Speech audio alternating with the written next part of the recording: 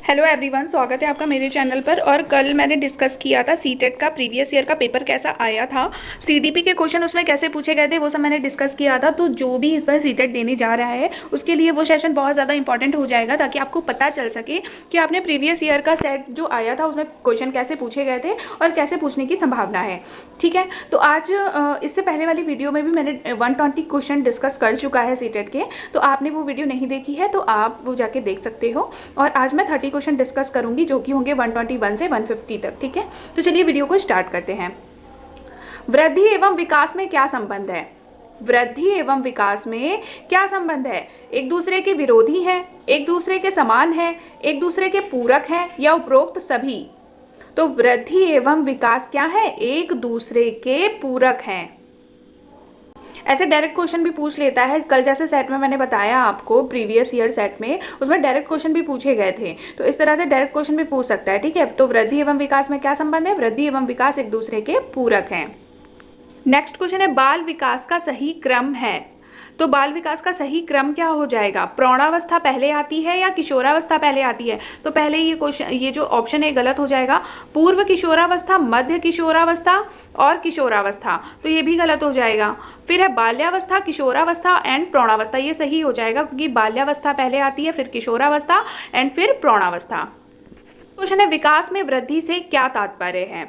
ज्ञान में वृद्धि होती है, संवेग में वृद्धि होती है, वजन में वृद्धि होती है, आकार, सोच, समझ, कौशलों में वृद्धि। तो विकास में वृद्धि होने से क्या तात्पर्य होता है? विकास में वृद्धि से तात्पर्य है आकार, सोच, समझ, कौशलों में वृद्धि। शारीरिक विकास का क्षेत्र है, ये क्वेश्चन हम पहले भी डिस्कस कर चुके हैं। शारीरिक विकास का क्षेत्र है क्या? कौन सा क्षेत्र हो जाएगा? ये जो स्मृति है ये तो मानसिक विकास का क्षेत्र हो जाएगा। तो शारीरिक विकास का क्षेत्र कौन सा होगा? शारीरिक विकास का क्षेत्र होगा स्नायु मंडल। मानसिक विकास को प्रभावित करने वाले कारक हैं वंशानुक्रम, परिवार का वातावरण, परिवार की सामाजिक स्थिति या उपरोक्त सभी।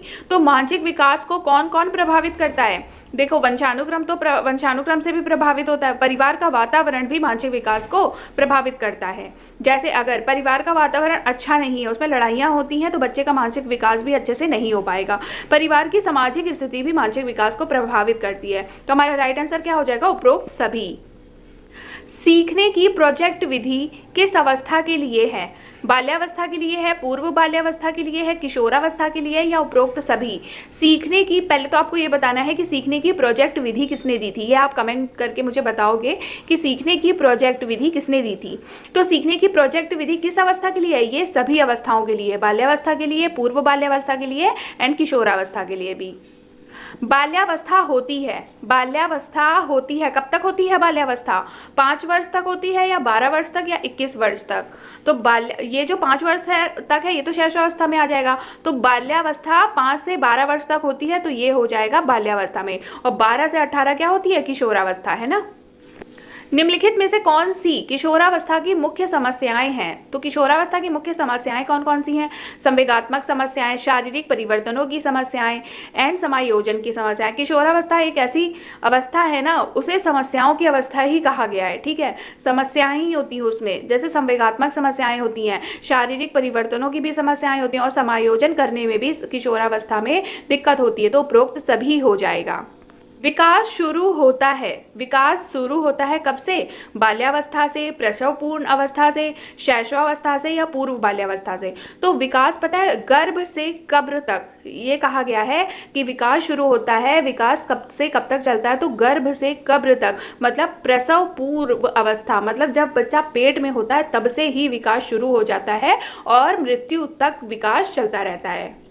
परिपक्वता का संबंध है, परिपक्वता का संबंध किससे है? विकास से है, वृद्धि से है, सृजनात्मक से है, या रुचि से है? तो परिपक्वता का संबंध किससे है? परिपक्वता का संबंध है विकास से। वृद्धि एवं विकास का मुख्य सिद्धांत है, वृद्धि एवं विकास का मुख्य सिद्धांत कौन सा है? तत्परता का नियम, एकता का नियम, व्यक्तित्व अंतर का सिद्धांत, या इनमें से कोई नहीं? तो वृद्धि एवं विकास का मुख्य सिद्धांत इनमें से हो जाएगा व्यक्तिगत अंतर का सिद्धांत। विकास कैसा परिवर्तन है? विकास कैसा परिवर्तन है? गुणात्मक परिवर्तन है, रचनात्मक, गणनात्मक या नकारात्मक? ये क्वेश्चन बहुत देखने को मिला है, इसको आप इंपॉर्टेंट बता दीजिए। इंपॉर्टेंट है ये क्वेश्चन। विकास कैसा परिवर्तन है? विकास गुणात्मक परिवर्तन है। निम्नलिखित में से कौन सा विकास का सिद्धांत है? सभी की विकास दर समान नहीं होती है। विकास हमेशा रेखीय प्रतीत होता है। यह निरंतर चलने वाली प्रक्रिया नहीं है। विकास की सभी प्रक्रियाएं अंतः संबंधित नहीं हैं। तो इसमें से कौन सा करेक्ट होगा और कौन सा गलत है? तो ये देख लीजिए, विकास की सभी प्रक्रियाएं अंतः संबंधित नहीं है, ये गलत हो जाएगा क्योंकि अंतः संबंधित होती हैं। ठीक है, यह निरंतर चलने वाली प्रक्रिया नहीं है, ये भी गलत है। निरंतर चलने वाली प्रक्रिया है विकास। विकास हमेशा रेखीय होता है, ये भी गलत हो जाएगा, हमेशा रेखीय प्रतीत नहीं होता है। सभी की विकास दर समान नहीं होती, ये करेक्ट हो जाएगा। सभी की विकास दर समान नहीं होती है, किसी में विकास बहुत तीव्र गति से होता है तो किसी में थोड़ा सा धीरे गति से होता है। इस तरह से विकास की दर सभी में समान नहीं होती, ये एक विकास का सिद्धांत है। किस आयु काल में मानसिक विकास अपनी उच्चतम सीमा पर पहुंच जाता है? किस आयु काल में मानसिक विकास अपनी उच्चतम सीमा पर पहुंच जाता है? तो ये किस आयु काल में होता है? ये होता है 10 से 15 वर्ष की आयु काल में। मनोविज्ञान सामान्यता मानव डैश से संबंधित होता है। मनोविज्ञान सामान्यता किससे संबंधित होता है? भावनाओं से, विचारों से, आचरण से या सभी से? तो मनोविज्ञान मानव की भावनाओं से भी, विचारों से भी, आचरण से भी, इन सभी से संबंधित होता है। शिक्षा को किसी व्यक्ति की अपनी जिंदगी डैश बनाने में सक्षम बनाने वाली होनी चाहिए। शिक्षा कैसी होनी चाहिए? जो व्यक्ति की जिंदगी कैसी बना सके? बेहतर बना सके, संतोषजनक बना सके, सार्थक बना सके या सभी संबंधितों के लिए महत्वपूर्ण? तो सभी के लिए जो महत्वपूर्ण है वही शिक्षा मनुष्य के लिए बेहतर है। शिक्षा का मुख्य उद्देश्य होता है व्यक्ति के डैश का विकास करना, व्यक्ति के ज्ञान का, शरीर का, व्यक्तित्व का या बुद्धिमत्ता का। क्या शिक्षा का मुख्य उद्देश्य केवल व्यक्ति के ज्ञान का विकास करना है, या व्यक्ति के शरीर का विकास करना है, या व्यक्ति के व्यक्तित्व का या बुद्धिमत्ता का? तो भैया शिक्षा का मुख्य उद्देश्य होता है व्यक्ति के व्यक्तित्व का विकास करना। एक अच्छी उपलब्धि जांच का एक अभिलक्षण निम्नलिखित में से क्या नहीं है? एक अच्छी उपलब्धि जांच का एक अभिलक्षण निम्नलिखित में से क्या नहीं है? विधि मान्यता, विश्वसनीयता, द्व्यर्थकता या वस्तुनिष्ठता। तो एक अच्छी उपलब्धि जांच का अभिलक्षण विधि मान्यता होता है, विश्वसनीयता होता है, वस्तुनिष्ठता होता है, लेकिन द्व्यर्थकता नहीं होता। बच्चे का पहला शिक्षक कौन होता है? बच्चे का पहला शिक्षक क्या माहौल होता है, या शिक्षक होता है, या माता पिता होता है? तो बच्चे का पहला शिक्षक माता पिता होते हैं। और बच्चे का प्राथमिक समाजीकरण कहाँ होता है? ये भी क्वेश्चन बहुत पूछा जाता है। तो बच्चे का प्राथमिक समाजीकरण परिवार में होता है। निम्नलिखित में से किस एक प्रोजेक्ट सहायता सामग्री नहीं माना जाता? निम्नलिखित में से किसे एक प्रोजेक्ट सहायता सामग्री नहीं माना जाता? तो slide projector, overhead projector, black board या एपीडियास्कोप। तो इन सभी को प्रोजेक्ट सहायता सामग्री माना जाता है, लेकिन ब्लैक बोर्ड को प्रोजेक्ट सहायता सामग्री नहीं माना जाता। अनुसंधान से पता चलता है कि डैश की सीखने की प्रक्रिया में एक प्रबल चर है, संभवतः योग्यता से भी ज्यादा महत्वपूर्ण चर, उपेक्षा, अनभिज्ञता, अभिप्रेरणा या निरुत्साहन। तो सबसे ज्यादा जरूरी क्या है सीखने की प्रक्रिया में? अभिप्रेरणा, यानी कि मोटिवेशन देना। मोटिवेशन देना बहुत ज्यादा जरूरी है बच्चे को। अगर बच्चा कुछ नया सीखना चाहता है तो वो अपनी योग्यता से भी ज्यादा सीख सकता है अगर उसे अभिप्रेरणा यानी कि मोटिवेट किया जाए। तो राइट आंसर क्या हो जाएगा? अभिप्रेरणा। स्कूल पुस्तकालय डैश का एक शैक्षणिक तंत्र है। अल्प मूल्य, थोड़े मूल्य, ज्यादा मूल्य नहीं या विचारणीय मूल्य?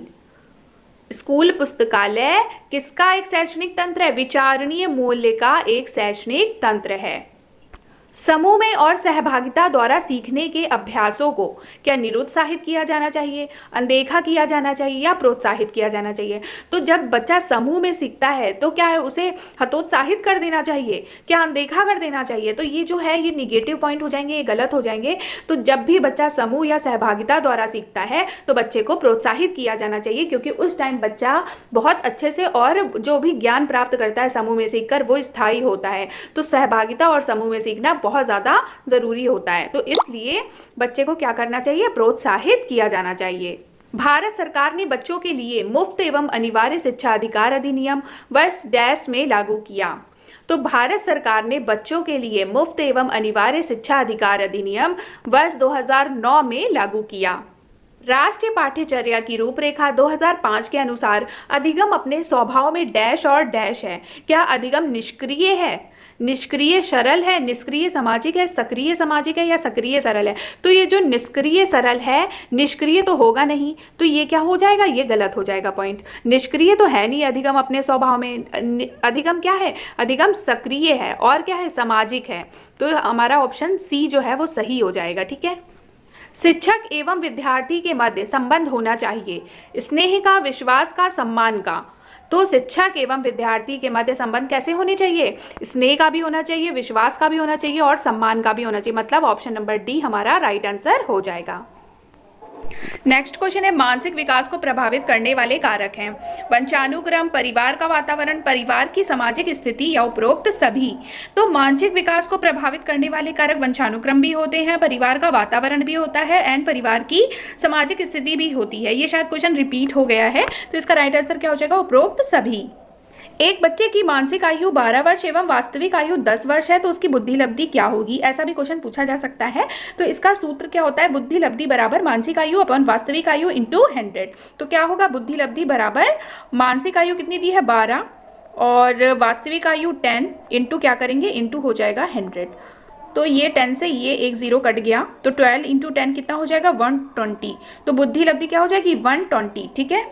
परिपक्वता का संबंध है, परिपक्वता का संबंध किससे है, विकास से, बुद्धि से, सृजनात्मकता से या रुचि से। तो परिपक्वता किसमें होती है, विकास से परिपक्वता आती है ना, तो विकास से हो जाएगा परिपक्वता का संबंध। बाल्यावस्था होती है, ये भी क्वेश्चन रिपीट हो गए हैं। बाल्यावस्था कब तक होती है, 5 वर्ष तक, 12 वर्ष तक, 21 वर्ष तक। तो 12 वर्ष तक होती है बाल्यावस्था। तो ये था लास्ट क्वेश्चन। उम्मीद है वीडियो आपको पसंद आई होगी। Thank you so much.